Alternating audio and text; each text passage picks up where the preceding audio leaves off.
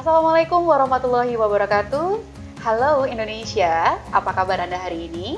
Semoga Anda semua dalam kondisi sehat ya. Dan tentunya saya Dr. Sapta kembali menemani Anda dalam acara Dr. Sapta Official yang selalu rutin tayang setiap hari Jumat. Pada kesempatan kali ini saya sedang bersama salah satu narasumber yang tentunya berdinas sebagai kepala puskesmas di salah satu puskesmas di wilayah Kabupaten Sidoarjo. Yap, tepatnya adalah tempat saya berdinas, yaitu di Puskesmas Porong. Tapi sebelum itu, saya himbau kepada Anda semua bahwa video ini dilakukan dengan standar kesehatan yang sesuai dengan protokol kesehatan ya. Jadi dalam artian, ruangan yang kami gunakan untuk shoot video pada saat ini sudah dilakukan disinfeksi. Kemudian kami berdua juga di sini, host ataupun narasumber telah melakukan swab PCR dan dinyatakan swab negatif. Kemudian kami juga melakukan kegiatan wawancara ini tidak lebih dari 30 menit dengan tujuan mengurangi potensi penularan COVID-19. Jadi saya harap video kali ini tidak berdampak atau menimbulkan polemik bagi Anda semua pemirsa setia Dr. Sapta Official. Yuk langsung aja ya, kenalan sama satu sosok yang berikut ini dan tentunya akan menginspirasi dalam video kali ini. Siapakah beliau? Siapa lagi kalau bukan Dr. Joko Stiono. Selamat pagi. Apa kabar dokter? Baik ya dokter ya. Sehat ya. Selalu semangat ya dokter untuk memberikan pelayanan bagi masyarakat ya tentunya. Siap. Dan juga sedikit informasi nih bagi Anda pemirsa bahwa saat ini mungkin ada yang melihat, kayaknya saya sering lihat Dr. Joko itu di Puskesmas Jabon deh. Iya, memang nggak salah ya dok, karena memang Dr. Joko ini juga berdinas di Puskesmas Jabon. Tapi selain itu juga Dr. Joko memberikan sebagai pimpinan juga di Puskesmas Porong. Dan untuk kesempatan kali ini kita akan ngomongin tentang apa ya? Seperti yang kita tahu bahwa saat ini pemerintah telah mengupayakan hal-hal yang sifatnya untuk memutus penularan rantai COVID-19. Kita tahu 3M selalu digaungkan mulai dari tahun 2019, mulai pertama kali COVID masuk ke Indonesia. Dan tentunya juga saat ini pemerintah juga sedang berupaya untuk membentuk kekebalan tubuh dari masyarakat yang ada dan dengan memberikan vaksinasi. Pada video kali ini kita akan mengedukasi Anda pemirsa tentang sebenarnya vaksinasi itu apa sih? Imunisasi apa sih? Kenapa sih dikatakan bahwa vaksin COVID-19 ini penting untuk kita? Tujuannya apa dan bagaimana cara pemberiannya? Yuk kita langsung tanya aja pada The Expert. Oke Dr. Joko, kita tanya dulu nih. Sebenarnya definisi perbedaan definisi dari imunisasi dan vaksinasi itu apa? Baik. Jadi kalau kita ngomong imunisasi adalah proses di mana kekebalan tubuh seseorang itu diperkuat atau ditumbuhkan. Sedangkan kalau vaksin itu adalah bahan yang berupa antigen yang disuntikkan ke manusia atau balita untuk membuat pertahanan tubuh itu menjadi kuat terhadap suatu virus atau penyakit. Oke, jadi mungkin masyarakat akhirnya paham ya kalau misalnya imunisasi itu proses pemberian penumbuhan kekebalannya ya melalui vaksinasi. Vaksin itu bahannya. Oke, vaksin bahannya antigen yang dimasukkan ke tubuh manusia untuk menimbulkan kekebalan tadi. Nah, seperti yang kita tahu dokter, saat ini kan kita sebagai tenaga kesehatan akan menjadi penerima pertama vaksin COVID-19 ya dokter ya. Sebenarnya tujuan dilakukan vaksinasi ini apa sih dokter? Jadi tujuan pemerintah Indonesia untuk melakukan vaksinasi bagi tenaga kesehatan maupun bagi masyarakat nanti secara keseluruhan adalah menimbulkan kekebalan masyarakat Indonesia secara keseluruhan terhadap virus atau penyakit COVID-19 ini. Gitu ya, jadi tujuannya untuk membentuk kekebalan tubuh. Yang pertama kali akan divaksin adalah tenaga kesehatan yang diprioritaskan ya dok. Tapi apakah ada siapa saja sih dok sebenarnya yang bisa menerima vaksin COVID-19 ini? Yang bisa menerima vaksin COVID-19 ini adalah tenaga kesehatan itu sendiri. Kemudian nanti ada yang tahap kedua adalah tenaga kerja atau pegawai pemerintah sebagai pelayan masyarakat seperti kepolisian maupun pemerintahan pegawai negeri yang lain. yang sifatnya adalah pelayanan ke masyarakat. Mhm. Kemudian yang berikutnya adalah untuk masyarakat yang kontak erat, dan selanjutnya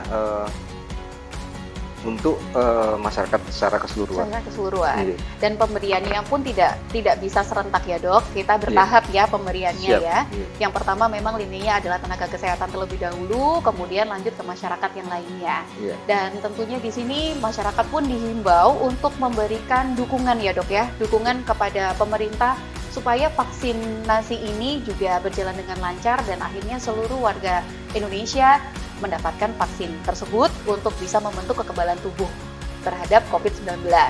Dan harapannya juga pastinya COVID-19 ini lekas selesai. Nah, terkait juga bagaimana masyarakat bisa mendapatkan vaksinasi ini, tentunya menurut Dr. Joko, di mana sih kita bisa mendapatkan vaksin ini? Baik, karena sudah diumumkan oleh Bapak Presiden bahwa vaksin COVID-19 adalah gratis untuk seluruh masyarakat Indonesia. Jadi pelayanannya bisa dilakukan nanti melalui puskesmas terdekat atau rumah sakit pemerintahan atau klinik-klinik yang sudah ditunjuk oleh pemerintah untuk melaksanakan imunisasi atau vaksin COVID-19 ini. Nah, tadi kita sudah tanya-tanya kan tentang sebenarnya imunisasi itu apa, vaksinasi itu apa, kemudian kenapa harus diberikan vaksinasi. Tapi memang meskipun ini merupakan suatu bentuk upaya dari pemerintah untuk seluruh warga negara Indonesia, tidak semua warga pun bisa mendapatkan vaksinasi COVID-19. Kenapa? Karena memang ada hal-hal yang bersifat kontraindikasi pemberian dari vaksinasi COVID-19 ini. Dokter, siapa saja sih dok sebenarnya orang-orang yang kontraindikasi mendapatkan vaksinasi COVID-19 ini? Jadi untuk sementara ini vaksinasi COVID-19 itu belum bisa diberikan. Untuk yang pertama adalah mantan penderita COVID ya tentunya, yang istilahnya dianggap sudah punya kekebalan, yang sudah sembuh dari COVID itu sendiri. Kemudian untuk batasan usia yang di bawah 18 tahun sementara ini belum, dan di atas 60 tahun ke atas ya belum, karena prioritas pemerintah adalah yang 18 tahun ke atas sampai 59.